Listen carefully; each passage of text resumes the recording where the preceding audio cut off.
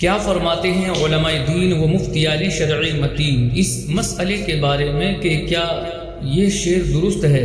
غوث اعظم درمیان اولیاء چو محمد درمیان انبیاء۔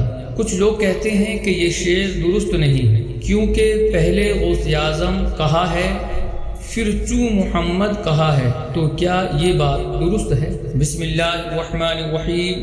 الجواب بعون الملک الوہاب، اللہم ہدایت الحق والصواب۔ سوال میں مذکور شعر بالکل درست ہے اور حضور سیدنا شیخ عبد القادر جیلانی رحمۃ اللہ تعالی علیہ کے شان میں ایسی روایات بزرگان دین کی کتابوں میں مروی ہوئی ہیں۔ چنانچہ مروی ہے کہ آپ کے والد ماجد حضرت ابو صالح سید موسیٰ جنگی دوست رحمۃ اللہ تعالی علیہ نے حضور غوث اعظم رحمۃ اللہ تعالی علیہ کی ولادت کی رات مشاہدہ فرمایا کہ سرور کائنات صلی اللہ تعالی علیہ وآلہ وسلم بمع صحابہ کرام اور اولیاء اعظام ان کے گھر جلوہ فرما ہوئے ہیں، اور ان الفاظ مبارکہ سے ان کو خطاب فرما کر بشارت سے نوازا۔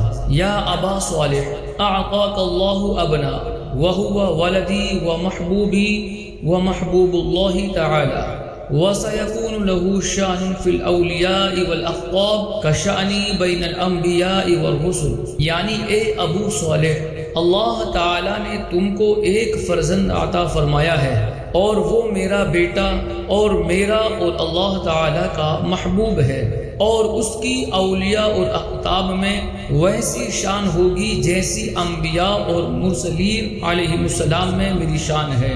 اور لوگوں کا یہ کہنا کہ غوث اعظم پہلے کہا ہے اور چو محمد بعد میں کہا ہے، اس لیے یہ شعر درست نہیں، تو یہ ان کی جہالت ہے، کیونکہ کلام میں اس طرح کا انداز عام رائج ہے اور اس کو کوئی بھی بے ادبی وغیرہ نہیں سمجھتا، بلکہ جو روایت ابھی ذکر کی گئی اس روایت میں بھی حضور علیہ السلام نے غوث اعظم رضی اللہ تعالی عنہ اور اپنا تذکرہ اسی ترتیب سے کیا ہے، لہٰذا اس میں کوئی حرج نہیں۔ واللہ اعلم تبارک و تعالی ورسولہ اعلم صلی اللہ تعالی علیہ وسلم۔